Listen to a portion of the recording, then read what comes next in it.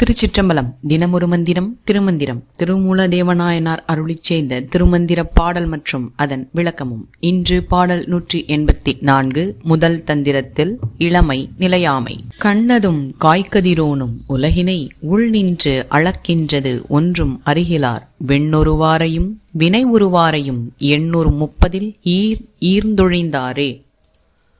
உயிரின் கண்களில் பார்வையாய் இருப்பவனும் பார்க்கப்படும் பொருளாய் இருப்பவனும் இறைவன் ஒருவனே ஆவான். ஆனால் உயிர்கள் பார்க்கப்படும் பொருளின் மீது மாயையினால் ஆசைப்பட்டு உலக இன்பங்களில் ஈடுபட்டு வினைகளைச் சேர்ப்பதே அந்த உயிரின் உள்ளிருந்தே இறைவன் அளந்து கொண்டு இருப்பதை யாருமே உணரவில்லை.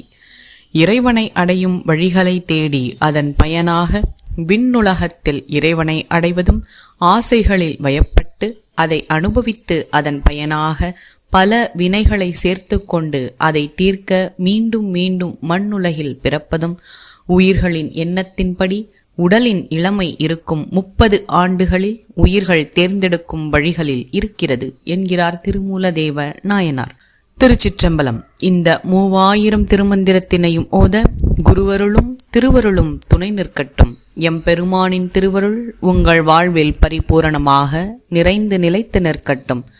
அரண் நாமமே சூழ்க, வையகமும் துயர் தீர்கவே. மேலும் இது போன்ற தகவல்களுக்கு இறை உணர்வுடன் இணைந்திருங்கள்.